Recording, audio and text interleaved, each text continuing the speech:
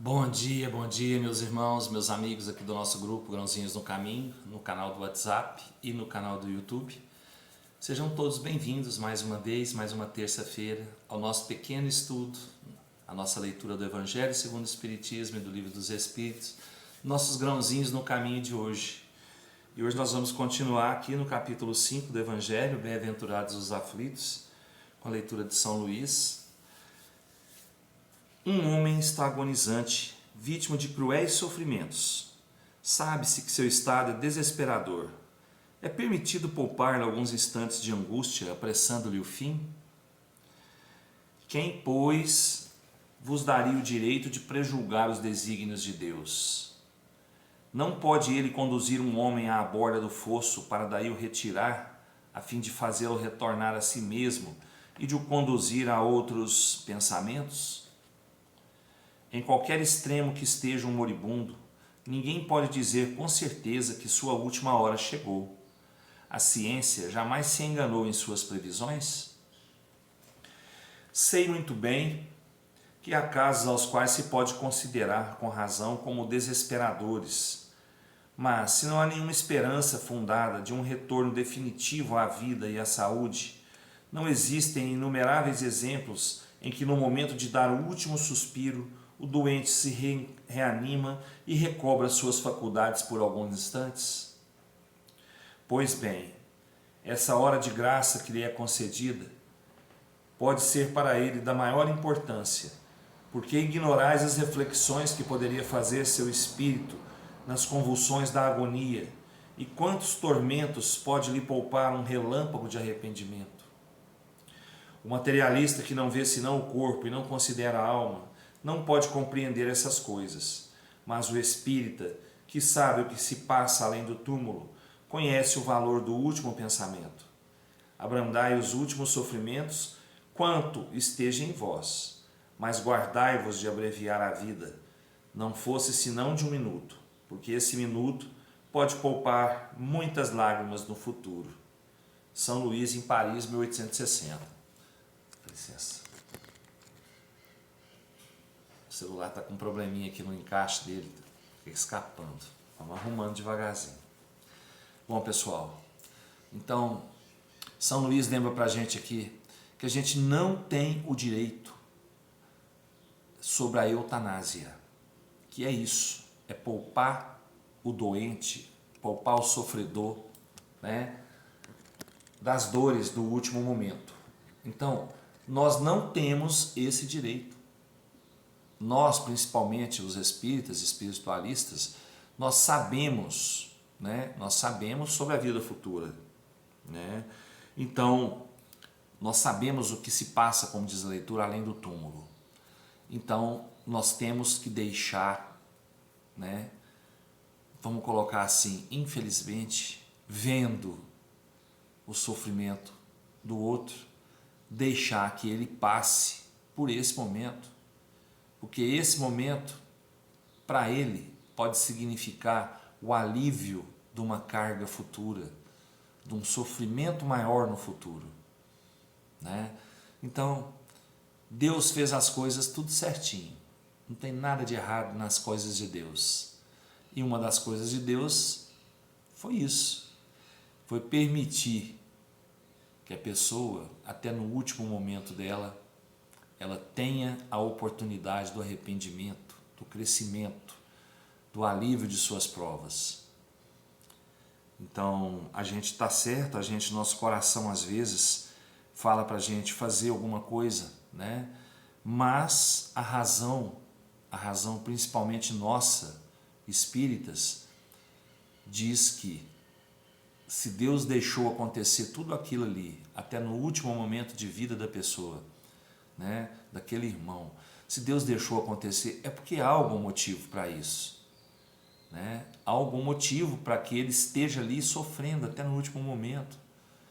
E quem sabe, né, quem sabe ele sofra até chegar na hora que nós falamos assim, agora vai, agora não tem jeito mais, ele volte, ele se recupere, né? Que aquilo ali que ele passou seja um alerta para ele, Ele chegou até na beiradinha do poço. Mas antes de cair, Deus foi lá e puxou ele de volta, né?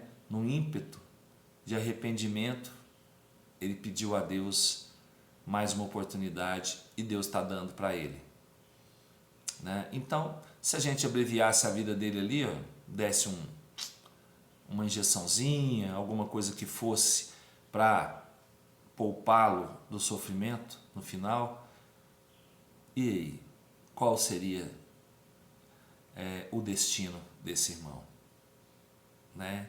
Então, se Deus deu para a gente o sofrimento, vamos agradecer e vamos passar o sofrimento até o último momento, porque é necessário não a matéria sofrer, mas ao espírito passar por aquela situação, né?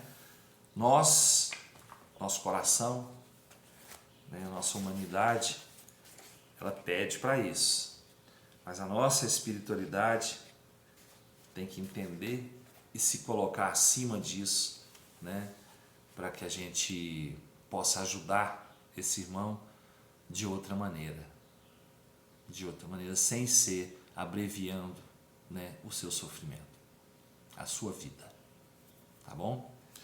Livro dos Espíritos traz para a gente hoje, capítulo 9 ainda, intervenção dos espíritos no mundo corporal, a afeição dos espíritos por certas pessoas, questão 485.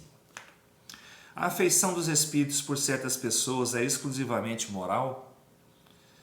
A afeição verdadeira nada tem de carnal, mas quando um espírito se liga a uma pessoa, nem sempre é por afeição, e pode aí misturar uma lembrança das paixões humanas. Então, nós já dissemos que os espíritos se ligam, né, às pessoas por afeição, né, energética, magnética, né, moral. Mas nem sempre eles se ligam, né,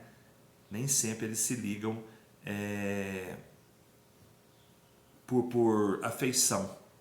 Nem sempre se liga por afeição. Às vezes eles se ligam, né, para passar uma prova, passar uma vida de provas, sem ter aquela afeição. É por uma, vou falar missão, não seria o termo, né? Uma missão. Mas é por uma obrigação, pronto. Ele se liga àquele espírito porque ele tem uma obrigação para com aquele espírito, e não por afeição somente. Então, ele se ligando por uma coisa que não seja a afeição moral, energética, magnética, é porque ele precisa estar junto com aquele espírito. Ele precisa. E por isso ele tem algumas lembranças, né, como diz a leitura aqui, das paixões humanas, né? Então ele tem alguma afeição sem ser a afeição moral, magnética, né, energética. Ele tem uma ligação com aquele espírito e ele precisa estar junto com aquele espírito nessa nova reencarnação. E assim, para cumprir uma missão ou para passar uma prova juntos, né? E o espírito, mesmo que ele se ligue a uma pessoa que esteja encarnada com outro, que um espírito que esteja encarnado com uma pessoa, né, aquele corpo ali, esse outro espírito pode se afeiçoar a ele, pode se aproximar dele, pode se aproximar desse espírito e ficar com ele na encarnação dele, pode ficar perto, né, para ajudar ou para atormentar esse espírito. Também tem isso. Não é só por afeição, tá? Bom, eu acho que deu para entender alguma coisa.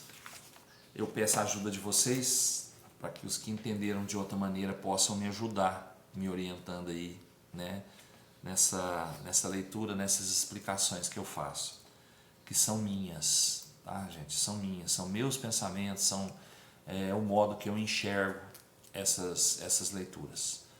Muito obrigado a todos que me acompanham aí, né, pelas orientações, pela força, né, pela participação com a gente junto aí nesse trabalho que já tem uns bons 3 anos já. Tá bom? Fiquem com Deus, uma ótima terça-feira para nós e até amanhã, se Deus quiser, e eu tenho certeza que Ele quer. Beijo no coração, pessoal.